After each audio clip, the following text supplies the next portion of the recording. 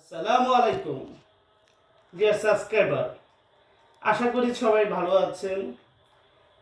আজকে যে বিষয়টা আমি বলতে চাচ্ছি, আপনারা অনেকেই কিন্তু সার্জিক্যাল ফিল্ডে ফিউচার তৈরি করার প্ল্যান করেছেন।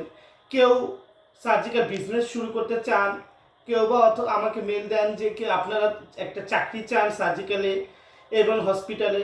সেই ক্ষেত্রে অবশ্যই আমি আপনাদেরকে একটা পরামর্শ দিব।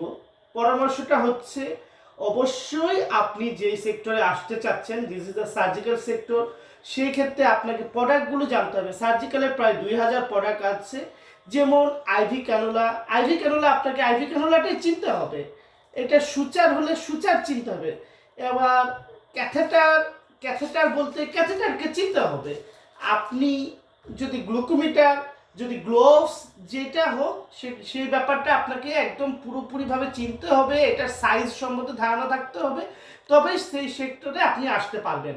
অথবা আপনি খালি খালি চিন্তা করলেন যে আমি তো বেভারেজ ফুড আইটেমে খুব ভালো অভিজ্ঞতা, লোকেদের সাথে মিশি, মার্কেটিং পারি, তাহলে আমি কেন আপনাদের এটা পারবো না, এরকম অনেক প্রশ্ন আপনারা করেন। আসলে তা না, আসলে হচ্ছে আপনার সেক্টরের অভিজ্ঞতা ওই সেক্টরের জন্য। এই সেক্টরে আসতে হলে আপনাকে এই সেক্টরে অভিজ্ঞতা অর্জন করতে হবে। এবং আমি চিন্তা করি তার জন্য অ্যাপ্রোপ্রিয়েট পার্সন যোগাযোগ করুন, পরামর্শ লাগলে পরামর্শ নেন।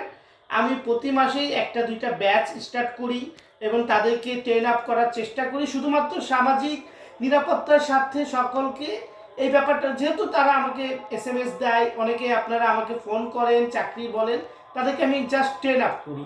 আপনারা আমার সাথে যোগাযোগ রাখুন। ধন্যবাদ।